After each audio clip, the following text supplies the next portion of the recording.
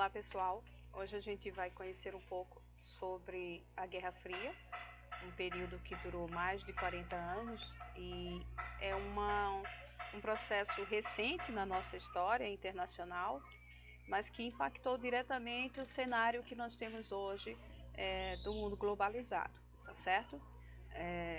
A partir da Guerra Fria, a gente viu surgir novas ideias e processos de influência e de expansão do capitalismo no mundo que nós conhecemos, tá bom? Vale lembrar que a Guerra Fria vai estar atrelada a outros temas importantes, como globalização, divisão internacional do trabalho e a nova ordem mundial que foi restabelecida, tá bom? É um conflito que aconteceu entre 1947 e 1991 e vai marcar a polarização do mundo em dois blocos, um liderado pelos americanos e o outro pelos soviéticos. E essa polarização que a gente vai ver ao longo desses mais de 40 anos era justamente um conflito de política e de ideologia entre dois grandes blocos de países, né? E que tinham diferenças cruciais entre si. Haja vista que a gente está falando dos Estados Unidos liderando o bloco capitalista e da União Soviética liderando o socialismo, tá certo? Essa polarização gerou um conflito político ideológico entre as duas nações e seus respectivos blocos, cada qual defendendo seus interesses e sua ideologia. E, gente, nós já estudamos tanto o capitalismo quanto o socialismo, e vocês percebem que existem diferenças cruciais, né? Na questão econômica, né? O capitalismo defende a economia livre de mercado, o socialismo defende a economia controlada pelo Estado, né? A economia planificada. A gente viu que a ideologia do capitalismo é uma ideologia de consumo, é uma ideologia de liberdade, de consumo no geral, né? Visando sempre o lucro de quem detém o capital, obviamente. E a gente viu que o socialismo prega uma qualidade de vida, né, um bem-estar social, que em teoria, perfeito, né, é bem interessante a teoria do socialismo. Mas na prática não funcionou. Isso porque nós temos uma sociedade extremamente egoísta e consumista e ao mesmo tempo competitiva mesmo. Parece que uma sociedade moldada ao ideal capitalista, né? Apesar das desigualdades sociais que nós vemos surgir com esse processo do capitalismo, tá bom? A Guerra Fria, ela nunca gerou um conflito armado direto entre Estados Unidos e União Soviética. Ainda bem, até porque vale lembrar que essas duas nações, elas detêm armamento nuclear. Então, imagine se a Guerra Fria tivesse de fato gerado um conflito entre essas duas nações. Talvez a gente nem estivesse aqui para contar essa história, né? Mas o conflito de interesse entre os dois países vai resultar em conflitos armados ao redor do mundo, né?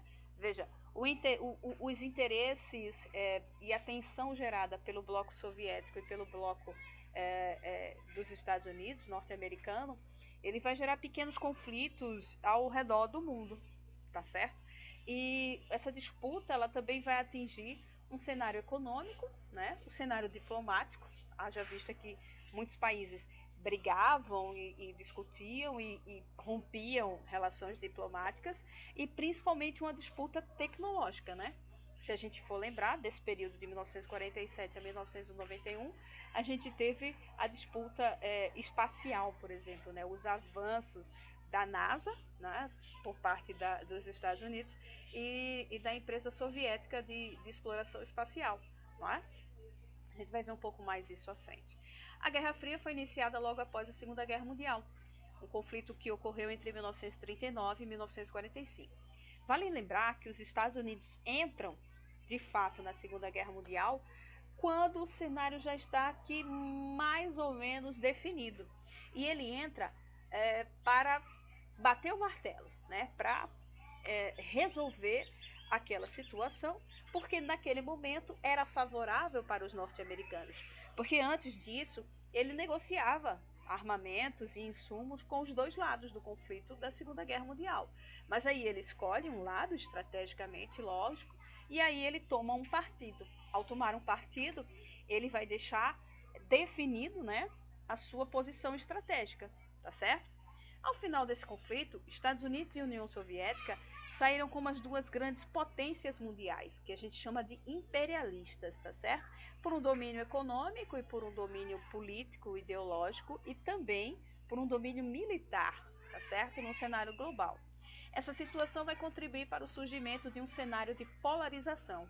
O mundo vai se dividir entre os que são capitalistas e os que são socialistas. O início da rivalidade entre americanos e soviéticos no pós-guerra é debatido até hoje pelos historiadores, tá certo? Mas pessoal, considera-se que a Guerra Fria iniciou-se por meio de um discurso realizado por Harry Truman no Congresso americano em 1947.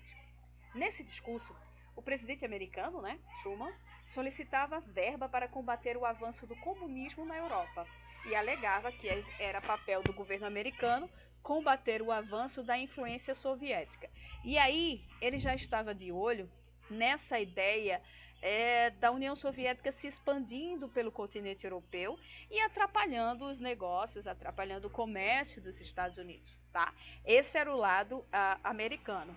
E tinha também o lado ideológico, porque o comunismo ele é uma aversão ao papel que os Estados Unidos defendem como ideal americano, né? O ideal de liberdade, o ideal de comércio, o ideal de economia livre e consumo, cada vez mais consumo, tá certo? Aqui a gente tem uma charge interessante que vai falar sobre isso.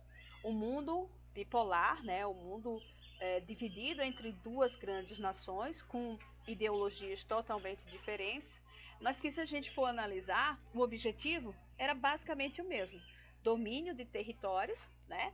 De expansão econômica e de expansão política dessas duas grandes nações, tá certo? Com isso, iniciou-se a doutrina Truman, né? Após esse discurso do presidente norte-americano em 1947. Essa ideologia ela vai englobar medidas realizadas pelo governo americano para conter o comunismo, né? Para conter esse avanço comunista na Europa. Uma das etapas dessa doutrina vai ser a criação do Plano Marshall, que é o plano de recuperação dos países europeus após a Segunda Guerra Mundial. Isso porque os países europeus saíram do conflito da Segunda Guerra Mundial totalmente destruídos, totalmente devastados economicamente. E os Estados Unidos, né, obviamente que não é besta nem nada, vai entrar com a ideia de financiamento dessa reconstrução, porque assim ele vai fornecer produtos, fornecer capital e lucrar tanto com juros quanto com a venda desses produtos, tá bom? O objetivo desse plano era aumentar a influência americana na Europa, e os soviéticos que perceberam essa expansão do capitalismo, essa expansão americana na Europa, começaram a proibir os países de seu bloco de aderirem a esse plano. Então, mais ou menos em 1947, 48, 49, a gente vai ver que os soviéticos começaram a barrar essa expansão do Plano Marshall, essa expansão dos norte-americanos. O discurso praticado pela doutrina Truman utilizava de um discurso bem alarmista, né, que vai colocar o governo soviético como um governo de expansão. E, na verdade, o governo americano sabia que a postura dos soviéticos era mais de defender, né, a sua ideologia, defender o seu território, defender a sua área de atuação, a sua área de influência, porque o país estava praticamente destruído pela guerra, né? A União Soviética não tinha condições de garantir seus interesses e expandir isso. Ela apenas conseguia controlar aquela sua área de influência, ela não conseguia expandir para o resto da Europa. E os Estados Unidos alarmavam que o comunismo ia tomar conta da Europa e que podia chegar a expandir fronteiras e chegar a outros países de influência, e com isso acabar abalando mais ainda a hegemonia americana, a influência da economia americana ao redor do mundo, tá bom?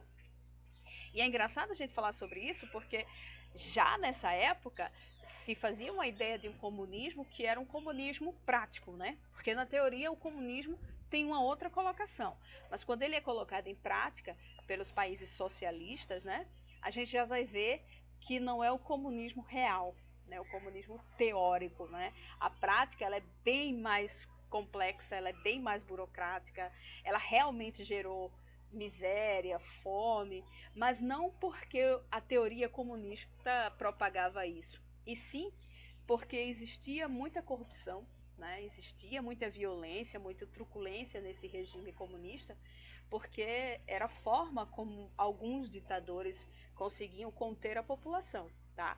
Mas em teoria o comunismo não fala em violência, não fala em como propriamente dito, miséria, desigualdade ou coisa parecida. E vale ressaltar também que o capitalismo gera toda uma consequência de desigualdade socioeconômica para os países que não se enquadram nesse processo, que não conseguem atingir esse potencial tecnológico.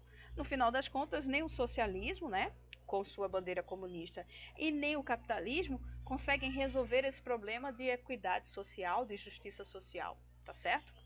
Vamos lá. Além disso, outro ponto importante é que as dificuldades econômicas que os países europeus enfrentariam no pós-guerra poderiam abrir espaço para o avanço do comunismo, e isso vai preocupando os americanos naquele momento. Assim, os americanos desenvolveram um discurso que a gente conhece como maniqueísta. E esse discurso foi responsável por polarizar a relação entre as duas nações, tá certo? Através do maniqueísmo, os Estados Unidos conseguiram polarizar, né, dividir realmente os seus blocos de influência, né? Quem realmente seguia o capitalismo necessariamente teria que ser contra o socialismo, contra a União Soviética, tá certo? Os soviéticos, que a princípio interessavam-se apenas em garantir o controle daquela sua zona de influência na Europa, especialmente no leste europeu, acabaram meio que incorporando o discurso maniqueísta, o que concretizou, de fato, a polarização que a gente viu na Guerra Fria. Está aqui um cenário importante, né, dos soviéticos representados. E esse cenário que a gente viu de polarização, ele vai surgir porque nem os americanos, norte-americanos, e nem os soviéticos vão ceder. Eles querem sim tomar uma expansão maior no continente europeu.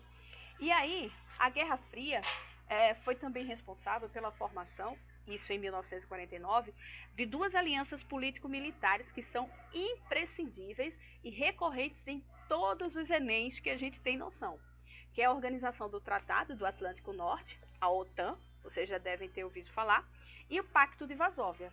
A OTAN, ela era composta inicialmente por Estados Unidos, Canadá, Reino Unido, França, Bélgica, enfim, países necessariamente capitalistas, né, países ricos, com um cenário de comércio importante ao longo do mundo, e alguns países europeus que vieram juntar-se ao bloco da OTAN mais tarde, como a Alemanha Ocidental. Vale lembrar aqui, nesse momento, que a Alemanha ela era dividida entre um bloco capitalista e um socialista, a gente vai ver isso mais adiante, a Grécia, a Turquia, e opondo toda a Europa Ocidental à União Soviética. Então, o que era Europa Ocidental estava no bloco da OTAN, liderado pelos Estados Unidos capitalistas, tá bom? Em 1955, em represália, a União Soviética vai criar o Pacto de Varsóvia para impedir o avanço capitalista na sua área de influência. No ano de sua fundação, faziam parte a União Soviética, a Albânia, a Alemanha Oriental, Bulgária, Tchecoslováquia, Hungria, Polônia e Romênia. Né? Os dois pactos tinham em comum o compromisso de mútua proteção entre os seus membros, pois entendiam que a agressão a um deles atingiria a todos, aquela noção de proteção geral, e o Pacto de Varsóvia desapareceu entre 1990 e 91, em consequência do fim do regime socialista do leste europeu. Né? E aí, já que um não existia, para que existia o outro? Né? A OTAN perdeu o sentido de sua criação depois que a gente teve o fim do Pacto de Varsóvia devido ao fim do bloco socialista. A gente vai parar aqui essa aula, vai dar continuidade em uma outra aula, porque Guerra Fria é um assunto bastante extenso mesmo. Tá bom, pessoal?